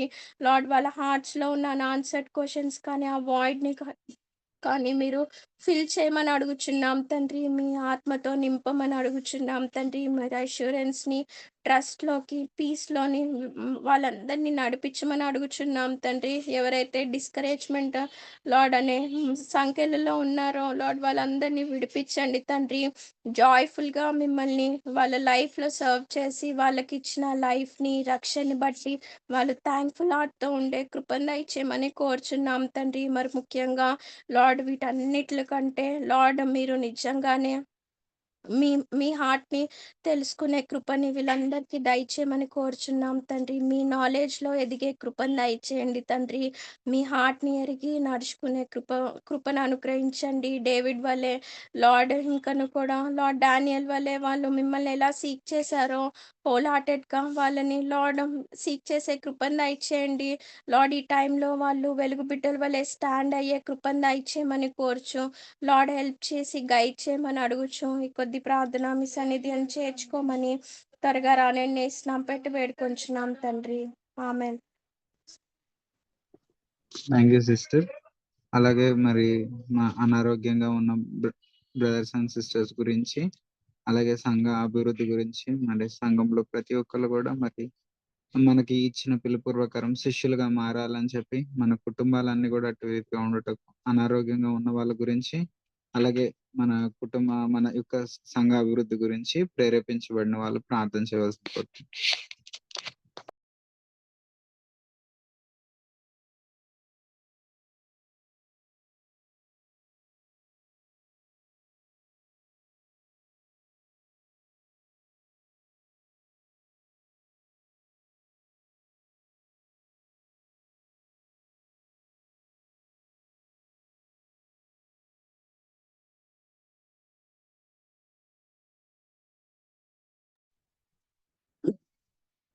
ప్రేమ గల తండ్రి, పరిశుద్ధుడా, మీకు వందనాలయ్యా. గొప్ప దేవుడా, సజీవుడా, అయ్యా ఎంతకాలం నీ బలిష్టమైన హస్తాల కింద మమ్మల్ని భద్రపరిచినందుకు మీకు వందనాలు దేవా. నాయనా, మరి మేము వేషధారులుగా కాక నీ శిష్యులుగా అయ్యా బ్రతికే కృపను మీ పరిశుద్ధాత్మ ద్వారా మాకు దయచేయండి. కనికర సంపన్నుడా, అయ్యా ఈ లోకంలో నశించిపోకుండా ఉండేది ఏదైనా ఉందంటే కేవలం నీ సంఘము నాయన, నీ మహిమగల సంఘం ప్రభు. అట్లాంటి సంఘంలో మమ్మల్ని నాయన పాలిభాగస్తులుగా పెట్టినందుకు మీకు స్తోత్రాలు. కనికర సంపన్నుడా, సహాయం చేయండి నాయన. మరి సంఘంలో నాయన మోహన్ బ్రదరు నాయన మరి ప్రమాదవశాత్తు కాలిపోయి అయ్యా దాదాపు 2 నెలలుగా నాయన మరి ఇబ్బంది పడుతున్నాడు ప్రభా. మీరు కనికరం చూపించండి దేవా. మరి ముట్టండి, స్వస్థపరచండి అయ్యా. మరి తన ఆర్థిక స్థితిగతుల్ని ప్రభా మరి మీరే నాయన సహాయం చేయండి, కనికరం చూపించండి అయ్యా. మరి ఇంకా సహోదరులు ప్రభా అనారోగ్యంతో ఉన్నారు నాయన, వారికి మంచి ఆరోగ్యాలు దయచేయండి ప్రభా అయా రకరకాల పరిస్థితులు గుండా వాళ్ళు వెళ్తున్నారు ప్రభా. వెళ్ళినప్పుడు ప్రభా మరి మీరు ఏమైతే నాయనా మరి వారు నేర్చుకోవాలి, వారు వినాలని ఆశపడుతున్నారో వినటానికి సహాయం చేయండి దేవా. నాయనా మరి ఈ పరిస్థితులన్నీ మీరు అనుమతిస్తేనే మాకు వస్తున్నాయి ప్రభా. ఎందుకంటే నాయనా మేము మీ శిష్యులుగా మారటానికి అయ్యా మీరు అనుమతిస్తున్నారు ప్రభా. మాకు సహాయం చేయండి, కనికరం చూపించండి దేవా. ఇంకా అనారోగ్యంతో ఉన్నటువంటి ప్రతి సహోదరుని సహోదరుని చిన్న బిడ్డలని ప్రభా మీరు ముట్టండి, స్వస్థపరచండి, కనికరం చూపించండి నాయన. అయ్యా ఇగో తండ్రి మరి ఆ పరిస్థితులు గుండా వెళుతున్నప్పుడు నాయన మరి తట్టుకోగల శక్తిని దయచేయండి, కనికరం చూపించండి. మీరు ఆదరించకపోతే నాయన మేము దిగజారిపోతాం, భ్రష్టులం అయిపోతాం. మాకు సహాయం చేయండి, కనికరం చూపించండి అయ్యా. మా సంఘాన్ని దీవించండి ప్రభా. నాయన మరి వాక్యాలు నాయన కేవలం విని విడిచిపెట్టడం కాకుండా ప్రభా మేము తీవ్రంగా నాయన వాటిని మా జీవితంలో అలవర్చుకోవడానికి పరిశుద్ధాత్మ మీరు సహాయం చేయండి, కనికరం చూపించమని చిన్న ప్రార్థన వేసినాము నడుస్తున్నాం తండ్రి. ఆమేన్. Thank you brother. మరి నెక్స్ట్ మన ఆగస్ట్లో మీటింగ్స్ ఉన్నాయి, 15వ తారీఖు మరి మన సంఘంలో. అలాగే సెప్టెంబర్ గుంటూరులో మరి అన్ని తెలుగు రాష్ట్ర సంఘాలకి మరి మీటింగ్స్ ఉన్నాయి. ఆ మీటింగ్స్ నిమిత్తము అలాగే మన ఎల్డర్ బ్రదర్ మరి ఓవరాల్ లో ఉన్నారు. మరి తన యొక్క వర్క్ లో కూడా గాడ్ హెల్ప్ మరి మెండుగా దయచేయాలని చెప్పి మీటింగ్స్ గురించి మరి ఆగస్ట్ 15th ఏమో మన చర్చ్ లో విజయవాడ సంఘంలో, అలాగే సెప్టెంబర్ లోనేమో తెలుగు రాష్ట్ర అన్ని సిఎఫ్సి సంఘాలకి మరి మీటింగ్స్ గురించి, అలాగే మన ఎల్డర్ బ్రదర్ యొక్క మరి జాబ్ నిమిత్తమై కూడా ప్రార్థన చేయవలసి కోరుతాం.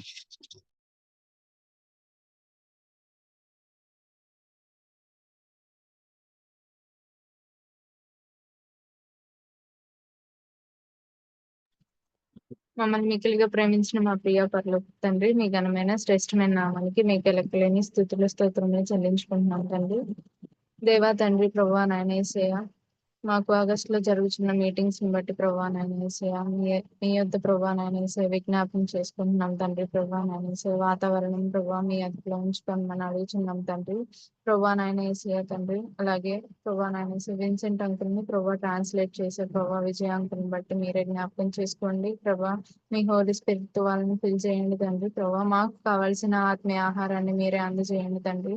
ప్రభువా ఎవరెవరైతే ప్రభువా నాయన యేసయ్య ఏ యొక్క స్పిరిచువల్ ప్రభా నాయన యేసయ్య పిలుపుతో వస్తున్నారో తండ్రి, వారందరికీ ప్రభా నాయన యేసయ్య మీరే ఆన్సర్ దయచేయండి తండ్రి. స్పిరిచువల్ గా ప్రభా ఇంకొక మెట్ట ఎక్కడానికి ప్రభా నాయన యేసయ్య మా అందరికీ సహాయం దయచేయండి తండ్రి. అలాగే తండ్రి ప్రభా నాయన యేసయ్య వారి ప్రయాణాల్లో మీరు తోడుగా ఉండి నడిపించండి. వారికి మంచి హెల్త్ ని ప్రభా నాయన యేసయ్య దయచేయండి తండ్రి. ప్రతి ఒక్క మాట ప్రభా నాయన యేసయ్య మీరే ప్రభా నోటి నుంచి పలికించమని ప్రభా మీ నోటి బోరగా ప్రభా వాడుకోమని అడుగుచున్నాం తండ్రి. అలాగే నాయన యేసయ్య తండ్రి, వారే కాదు తండ్రి ప్రభా వస్తున్న మేము కూడా ప్రభా సిద్ధపడి వచ్చేలాగా సహాయం దయచేయండి తండ్రి. ప్రభా అలాగే నాయన యేసయ్య ప్రతి ఒక్క అరేంజ్మెంట్ విషయంలోనూ ప్రభా నాయన యేసయ్య అలాగే వాతావరణం విషయంలోనూ ఎటువంటి ఆటంకం లేకుండా సమస్త మహిమ ఘనత మీరే తెచ్చుకోమని అడుగుచున్నాం తండ్రి. అలాగే నాయన యేసయ్య తండ్రి సెప్టెంబర్ మీటింగ్స్ లో కూడా ప్రభా నాయన యేసయ్య మీరే తోడుగా ఉండి నడిపించండి. ప్రభా నాయన యేసయ్య తెలుగు రాష్ట్రాలందరి వారికి ప్రభా నాయన యేసయ్య జరుగుతున్న మీటింగ్స్ లో ప్రభా నాయన యేసయ్య ప్రతి ఒక్కరూ క్షేమంగా నడిపించబడి ప్రభా నాయన యేసయ్య అక్కడ కూడా ప్రభా నాయన యేసయ్య మీరే మాతో మాట్లాడమని, అలాగే తండ్రి ఆత్మీయ పరంగా ఎదుగులాగా సహాయం దయచేయమని కోర్చి తండ్రి ప్రభా అడుగుచున్నాం తండ్రి. అలాగే నాయన యేసయ్య తండ్రి ఎల్డర్ బ్రదర్ ప్రభా నాయన యేసయ్య వర్క్ విషయంలో మీరే తోడుగా ఉండి నడిపించండి ప్రభా. మంచి జ్ఞానాన్ని తెలివిని ప్రభా దయచేయండి. అలాగే హెల్త్ పరంగా ప్రభా మీరే తోడుగా ఉండండి తండ్రి. ప్రభా బ్రదర్ కి ప్రభా నేనేసే మీరే శక్తిని దయచేయండి తండ్రి. హెల్త్ విషయంలో ఎటువంటి ఆటంకం లేకుండా వర్క్స్ అన్ని ప్రభా నేనేసి ఎటువంటి ఆటంకం లేకుండా ప్రభా జరుగులాగిన సహాయం దయచేయమని కోరుచు ఇచ్చిన ప్రార్థన పరిశుద్ధ నామంలో అడిగి వేడుకొంచున్నాము తండ్రి. ఆమేన్. పర్లకు తండ్రి ఈ నిమిషం ప్రభా, ఈ సమయం ప్రభా మరి నీ కూడికంతే ప్రభా నీకు మహిమకరంగా జరిగించినందుకు నీకే వందనాలు ప్రభా. మరి తన పాటల ద్వారాను వాక్యం ద్వారాను అలాగే ప్రార్థన ద్వారా తను మీరే ఘనత పొందినందుకు మీకే వందనాలు చెల్లిస్తున్నాను ప్రభా.